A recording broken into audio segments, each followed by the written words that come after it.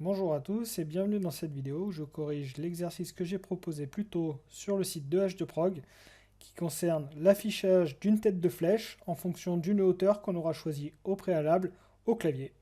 Donc on va réaliser ce petit exercice en JavaScript et on va utiliser Node.js pour exécuter notre code. On se retrouve dans Visual Studio pour débuter le programme. De retour dans Visual Studio Code, j'ai créé un fichier que j'ai appelé main.js et que j'ai placé dans un dossier que j'ai appelé tête flèche.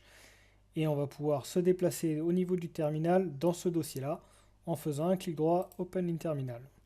Une fois que nous avons fait ça, on va pouvoir commencer à écrire notre programme. Et la première chose à faire, c'est d'intégrer une saisie clavier. Pour ajouter une saisie clavier dans Node.js, il va falloir installer un module et on va installer le module readline5. Donc on fait directement en faisant un npm install readline5 pour installer ce module. En faisant ça, directement, on va rajouter un dossier.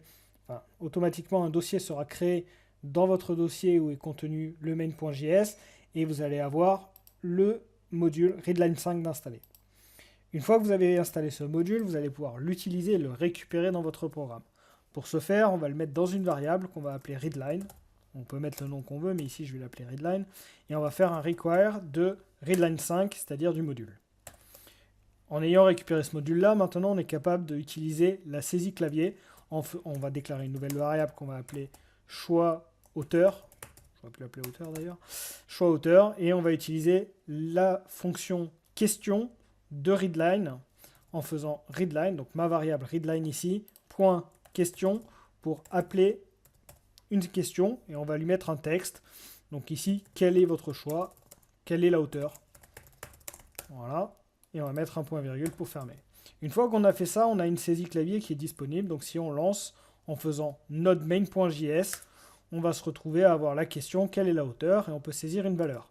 Donc ici, je peux choisir 2. Pour le moment, rien ne s'affiche, bien entendu.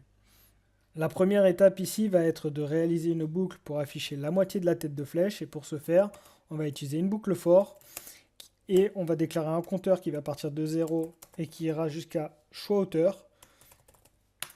Et on va incrémenter de 1 à chaque fois. Une fois qu'on a fait ça, on va pouvoir afficher les x et on va déjà déclarer une variable txt à vide à l'extérieur du for.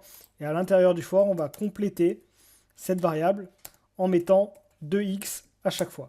Donc à chaque tour de boucle, on va incrémenter de 2x.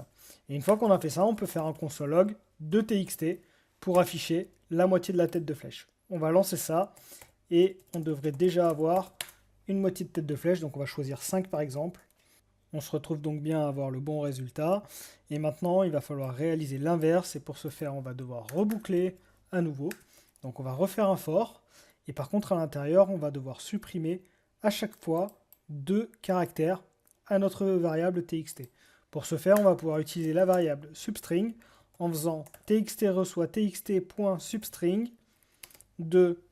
On va prendre le début et on va aller jusqu'à txt.length, c'est-à-dire la taille de la chaîne de caractères, moins 2, pour supprimer donc les 2 derniers caractères à chaque tour de boucle.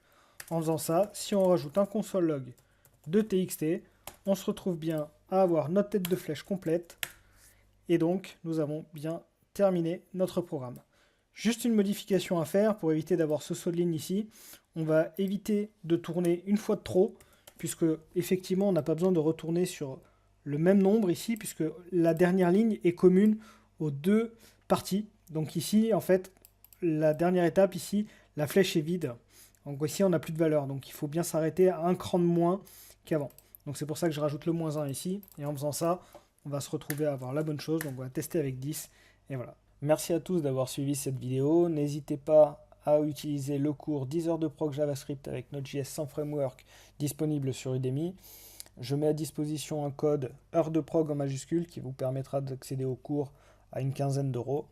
De la même manière pour mon second cours qui permet de créer des jeux, n'hésitez pas à l'utiliser avec le code heure de prog, donc qui permettra également d'avoir une réduction et de l'avoir pour environ 15 euros.